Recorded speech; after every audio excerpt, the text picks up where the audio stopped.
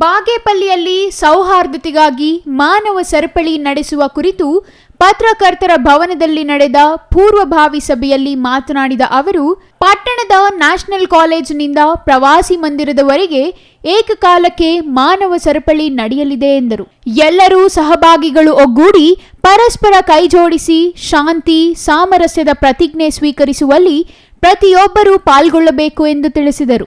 ಸರ್ವಧರ್ಮದವರು ರಾಜಕೀಯ ರಹಿತವಾಗಿ ಸೌಹಾರ್ದತೆಗಾಗಿ ಜಾತಿ, ಧರ್ಮ, ಮತ ಇವೆಲ್ಲ ಪರಸ್ಪರ ಸಹಬಾಳ್ವೆಗೆ ಸಹಕಾರಿಯಾಗಬೇಕು ಹೊರತು ವಿನಾಶಕ್ಕಲ್ಲ.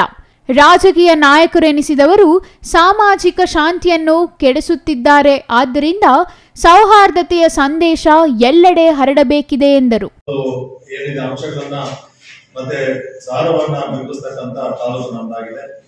ಇದನ್ನ ಮತ್ತೊಮ್ಮೆ ಮಾನವ ಸರಪಳಿ ಮಾಡುವುದರ ಮೂಲಕ ಅದನ್ನ ಬಲಿಷ್ಠಗೊಳಿಸೋಣ ಅಂತಕ್ಕಂಥದ್ದು ನಾವು ಮಾತಾಡಬೇಕಾದ್ರೂ ಕೂಡ ಸಭೆಗಳಲ್ಲಿ ಹೇಳ್ತಾ ಇದ್ರು. ಇನ್ನು ಮುಂದೆ ಯಾವುದೇ ಹಬ್ಬಗಳು ಬರಲಿ, ಹಬ್ಬಗಳನ್ನ ಎಲ್ಲರೂ ಸೇರಿ ಆಚರಣೆ ಮಾಡೋಣ. ಆಯಾ ಧರ್ಮಕ್ಕೆ ಸೇರಿರ್ತಕ್ಕಂಥವ್ರು ಮಾತ್ರ ಆಚರಣೆ ಮಾಡಿ ಪ್ರತ್ಯೇಕವಾಗಿ ಬೇರೆಯವ್ರು ನೋಡ್ತಕ್ಕಂಥದ್ದು ಬೇಡ. ಎಲ್ಲರೂ ಸೇರಿ ಆಚರಣೆ ಮಾಡ್ತಾ ಒಂದು ಚರಿತ್ರೆಯನ್ನ ತೋರಿಸ್ಕೊಡೋಣ ಅಂತಕ್ಕಂಥ ಮಾತುಗಳನ್ನ ವ್ಯಕ್ತಪಡಿಸಿದ್ದಾರೆ. ಆ ಮೂಲಕ ನಾವು ಕೂಡ ಎಲ್ಲರೂ ಕೂಡ ತೊಡಗಿಸ್ಕೊಳ ಅಂತಕ್ಕಂಥ ನಿಟ್ಟಿನಲ್ಲಿ ತಮ್ಮ ಸಹಕಾರವನ್ನ ಕೋರಿ ಇದೆಲ್ಲ ಕೂಡ ತಮ್ಮ ಮೂಲಕ ಗೊತ್ತಾಗಬೇಕು.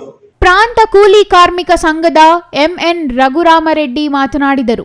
ರೈತ ಸಂಘದ T Raghunatha Reddy, Lakshminarayana, MS Narasimhareddy, Govindareddy, Lakshmanareddy, Valmiki Ashwathappa, Umadevi, CITU Mustafa, K Muniyappa ಹಾಜರಿದ್ದರು.